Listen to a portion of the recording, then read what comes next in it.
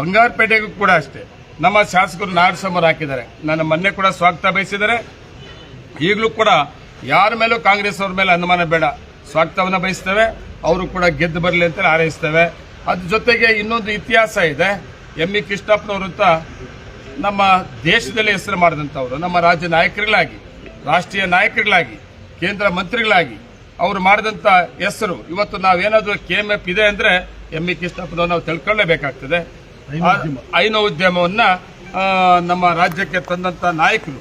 ಅದ್ರ ಜೊತೆಗೆ ಬೆಂಗಳೂರಿಂದ ವಿಭಜನೆ ಆಗಿ ಕೋಲಾರಕ್ಕೆ ಬಂದು ಸುಮಾರು 40 ವರ್ಷ, ಅವತ್ತಿಂದ ಇವತ್ತುವರೆಗೂ ಕೂಡ ಆ ಎಂ.ಇ. ಕೃಷ್ಣಪ್ಪನವರು ಮಗ ಜಯಸಿಂಹ ಕೃಷ್ಣಪ್ಪ ಅವರು ಕೂಡ ಇವತ್ತು 8ನೇ ಬಾರಿಗೆ ಅವರು ಅಭ್ಯರ್ಥಿ ಆಗ್ತಾ ಇದ್ದಾರೆ.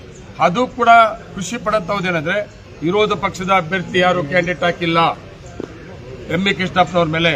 ಅಲ್ಲೂ ಕೂಡ ಕಾಂಗ್ರೆಸ್ನವರೇ ಹಾಕಿರೋದ್ರಿಂದ ಅಲ್ಲಿನ ಶಾಸಕರಾಗಿರ್ಬೋದು, ನಮ್ಮೆಲ್ಲ ನಾಯಕರುಗಳು ರಿಕ್ವೆಸ್ಟ್ ಮಾಡ್ತೇನೆ, ಅಲ್ಲೂ ಕೂಡ ನಾಳೆ ನಾಳಿದ್ದು 2 ದಿವಸ ಅವಕಾಶ ಇದೆ. ಕಾಂಗ್ರೆಸ್ ಪಕ್ಷಕ್ಕೆ ಒಂದು ಮೆಸೇಜ್ ಹೋಗಬೇಕು, ಹೈಕಮಾಂಡ್ಗೆ ಒಂದು ಮೆಸೇಜ್ ಹೋಗಬೇಕು. ಈ 2 ಮಹಿಳಾ ನಿರ್ದೇಶಕರು ಮತ್ತೆ KGF ನಿರ್ದೇಶಕರು ನಾಳೆ ನಾಳಿದ್ದು ನಮ್ಮ ನಾಯಕರು ಮನಸ್ಸು ಮಾಡಿದ್ರೆ ಈ ಕೋಲಾರ ಒಕ್ಕೂಟ 13 ನಿರ್ದೇಶಕರ ಚುನಾವಣೆಯಲ್ಲಿ 3 ನಾಮಿನೇಷನ್ ಆಗ್ತದೆ. ಇದನ್ನ ನಮ್ಮ ನಾಯಕರಿಗೆ ರಿಕ್ವೆಸ್ಟ್ ಮಾಡ್ತಾ ಇದ್ದೇನೆ. ಅದ್ರ ಜೊತೆಯಲ್ಲಿ ಮುಳಬಾಗಿಲು ಎರಡಿದೆ, ಎರಡೂ ಕೂಡ ನಾವು ಅಲ್ಲಿ ನಮ್ಮ ರಾಜೇಂದ್ರ ಗೌಡರಾಗಿರ್ಬೋದು ಒಂದು ಕ್ಷೇತ್ರಕ್ಕೆ, ಇನ್ನೊಂದು ಸರ್ವಗಿರಿ ಗೌಡರಾಗಿರ್ಬೋದು ಒಂದು ಕ್ಷೇತ್ರಕ್ಕೆ, ಅದು ಕೂಡ ಅಲ್ಲಿ ಆದಿನಾರಾಯಣ ಮತ್ತೆ ಮಂಜುನಾಥ್ ನಮ್ಮ ಕೋಲಾರ ಶಾಸಕರು ತುಂಬಾ ಜವಾಬ್ದಾರಿ ತಗೊಂಡ್ರಿಂದ ಅಲ್ಲೂ ಕೂಡ ಗೆಲ್ತೇವೆ, 2 ಗೆಲ್ತೇವೆ. ಕೋಲಾರ ತಾಲೂಕಿಗೆ 3 ನಿರ್ದೇಶಕರಾಗಿದೆ. ಒಂದು ನಮ್ಮ ಗೋಪಾಲ್ ಗೌಡರು ಒಂದು ಕ್ಷೇತ್ರಕ್ಕೆ, ಇನ್ನೊಂದು ಕ್ಷೇತ್ರಕ್ಕೆ ನಮ್ಮ ರಮೇಶ್ ಒಂದು ಕ್ಷೇತ್ರಕ್ಕೆ, ಇನ್ನೊಂದು ಕ್ಷೇತ್ರಕ್ಕೆ ನಾಗನಾಳ ಸೋಮಣ್ಣ ಒಂದು ಕ್ಷೇತ್ರಕ್ಕೆ. ಒಳ್ಳೆ ಸ್ಟ್ರಾಂಗ್ ಕ್ಯಾಂಡಿಡೇಟ್. ಇಲ್ಲೂ ಕೂಡ MLC ಅವರು ಅನಿಲ್ ಅವರು ಮತ್ತೆ ಶಾಸಕರು ಕೂಡ ತುಂಬಾ ಒಗ್ಗಟ್ಟಾಗಿ ಕೆಲಸ ಮಾಡ್ತಾರಿಂದ ಆ 3 ಕೂಡ ಗೆಲ್ತದೆ. ಶ್ರೀನಿವಾಸಪುರ ಕೂಡ ಅಷ್ಟೇ, ಒಂದು ಕ್ಷೇತ್ರಕ್ಕೆ ಮಂಜುನಾಥ್, ಇನ್ನೊಂದು ಕ್ಷೇತ್ರಕ್ಕೆ ನಮ್ಮ ಹನುಮೇಶ್ ಅವರು ಆ ಮಾಜಿ ನಮ್ಮ ನಿರ್ದೇಶಕ ಕೆಲಸ ಮಾಡಿದಂಥವರು. ಆ 2 ಕ್ಷೇತ್ರ ಸನ್ಮಾನ್ಯ ರಮೇಶ್ ಕುಮಾರ್ ಅನ್ನೋರು ತುಂಬಾ ಜವಾಬ್ದಾರಿಯಿಂದ ಅಭ್ಯರ್ಥಿಗಳು ಆಯ್ಕೆ ಮಾಡಿದ್ದಾರೆ. ಆ 2 ಕೂಡ ಗೆಲ್ತದೆ. ಓವರಾಲ್ ನಮ್ಮ ಒಕ್ಕೂಟದಲ್ಲಿ ಕಾಂಗ್ರೆಸ್ನ ಬೆಂಬಲಿತ ಅಭ್ಯರ್ಥಿಗಳು ಗೆಲ್ತಾರೆ. ಅದ್ರ ಜೊತೆಗೆ ವಿಶೇಷವಾಗಿ ಕೋಲಾರ ಮಹಿಳಾ ನಿರ್ದೇಶಕರು ಮೊದಲು ಒಂದಿತ್ತು ಕೋಲಾರ ಜಿಲ್ಲೆಗೆಲ್ಲ, ಅದೇ ನೆನಪಿದೆ ನನಗೆ. ಅದು 2 ಕೂಡ ಆಗಿದೆ. ಒಂದು ಕಡೆ ಮಾಲೂರು ಬಂಗಾರಪೇಟೆ KGF ಆದ್ರೆ, ಇನ್ನೊಂದು ಕಡೆ ಕೋಲಾರ ಮತ್ತೆ ಮುಳಬಾಗಿಲು ಶ್ರೀನಿವಾಸಪುರಕ್ಕೆ ನಮ್ಮ ಕಾಂಗ್ರೆಸ್ನ ಅಭ್ಯರ್ಥಿಯಾಗಿ ರೇಣುಕಮ್ಮನವರು ಈಗಾಗಲೇ ನಮ್ಮ ಪಕ್ಷದ ನಾಯಕರು ತೀರ್ಮಾನ ಮಾಡಿದ್ದಾರೆ. ಅದು ಕೂಡ ಅಷ್ಟೇ, ಅತಿ ಹೆಚ್ಚಿಗೆ ಮುಳಬಾಗಿಲು ಮತ್ತೆ ಕೋಲಾರ ಓಟ್ ಇರೋದ್ರಿಂದ ಮತ್ತೆ ಶ್ರೀನಿವಾಸಪುರ ಇರೋದ್ರಿಂದ ಎಲ್ಲ ನಮ್ಮ ನಾಯಕರುಗಳೆಲ್ಲರೂ ಕೂಡ ಆ ಮಹಿಳಾ ನಿರ್ದೇಶಕರು ಗೆಲ್ಲಿಸಿ ನಮ್ಮ ಮೆಜಾರಿಟಿ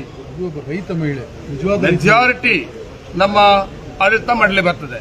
ನಮ್ಮ ಮಿಲ್ಕಿ ನನಗೆ ಇವತ್ತೇನು ನಿರ್ದೇಶಕರಾಗಿ ಬರೋರು ಎಲ್ಲ ಕೂಡ ರೈತರ ಮಕ್ಕಳು ಮತ್ತೆ ಸಂಸ್ಥೆಯನ್ನು ಕಟ್ಟಿರುವಂತವ್ರು. ಸಂಸ್ಥೆ ಕಟ್ಟಿದ್ದೀವಿ. ನಾನು ಒಂದು ಖುಷಿ ಪಡೋದೇನೆಂದ್ರೆ ಇವತ್ತು ಕೆಲವು ನಾಯಕರುಗಳು ಟೀಕೆ ಟಿಪ್ಪಣಿಗಳು ಕೇಳ್ತಾ ಇದ್ದ ನಾವು ನೋವು ಕೂಡ ಆಗ್ತದೆ ಒಂದ್ ಕಡೆ. ಯಾಕೆ ಅಂತ ಇವತ್ತು ನಾವೇನಾದ್ರೂ ಆ ಟೀಕೆ ಟಿಪ್ಪಣಿಗಳು ನಿಜ ಆಗಿದ್ರೆ ಇವತ್ತು ಹಾಲು ಉತ್ಪಾದಕರ ಜನತೆ, ಹಾಲು ಉತ್ಪಾದಕರ ಸಹಕಾರ ಸಂಘದ ಅಧ್ಯಕ್ಷಗಳು ತಿರಸ್ಕರಿಸ್ತಾ ಇದ್ರು. ಇವತ್ತು ಅಕ್ಸೆಪ್ಟ್ ಮಾಡಿದಾನೆ ನಂಜೇಗೌಡರು. 10 ವರ್ಷ ನಾವು ಇಲ್ಲಿಂದ ಕಳಿಸಿದ ಮೇಲೆ ಆ ಸಂಸ್ಥೆಯಲ್ಲಿ ಯಾವ ರೀತಿ ಕೆಲಸ ಮಾಡಿದ್ದಾರೆ.